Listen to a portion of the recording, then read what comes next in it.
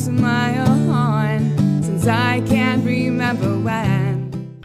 Well, last video I was building this wall behind the driver's seat, and this time I'm going to talk a little bit about some of the wiring I did with that, specifically how to have a light that's controlled from two different switches, and then also LED light fixture without paying top dollar. I just got a standard light fixture and then got an LED replacement bulb for that. So I hope you find it as exciting as mowing the lawn. Stay tuned. So I thought I'd give you a shot of how this is coming along.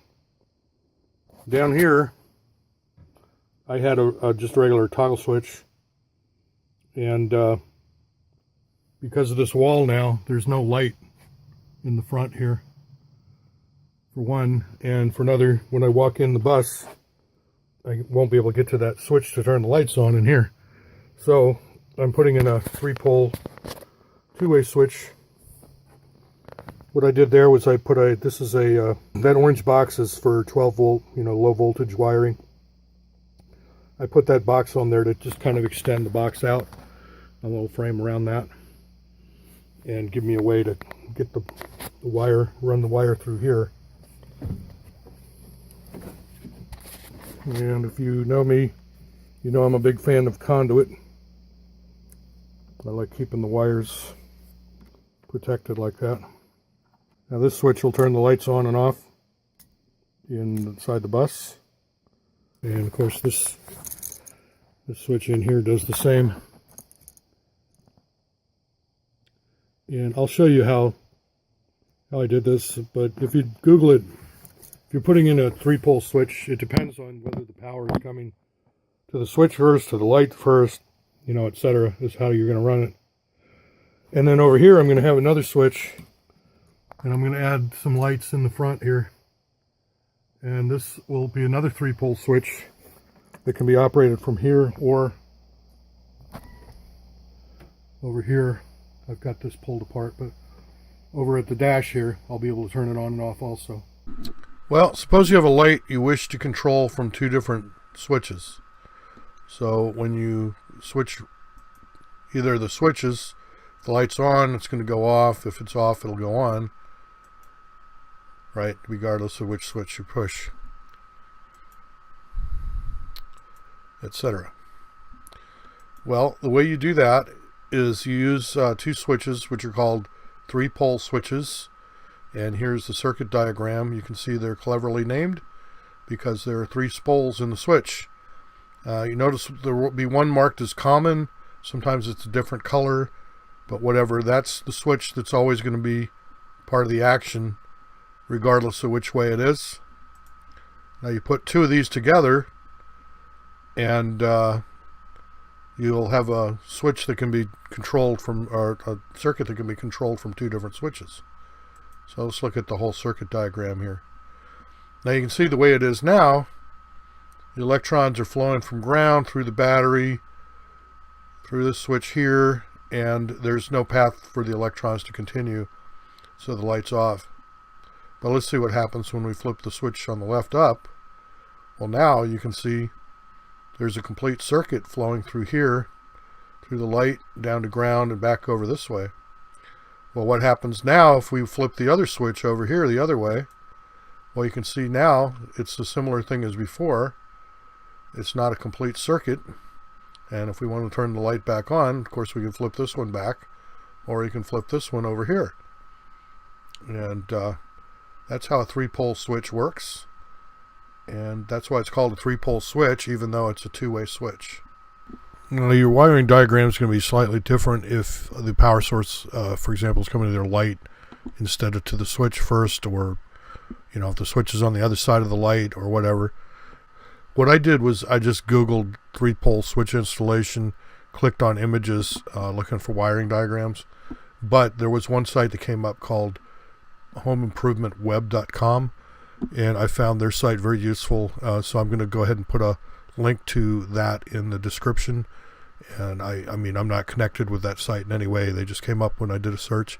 But I liked their diagrams. They were easy to follow, easy to read, and they have a number of different scenarios So I think you'll find that helpful if you're trying to wire a 3-pole switch. At least I did. Here, I'll show you how I do these light fixtures.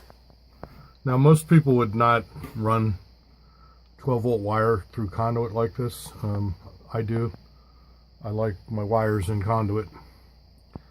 But anyway, I have this surface-mounted RV light.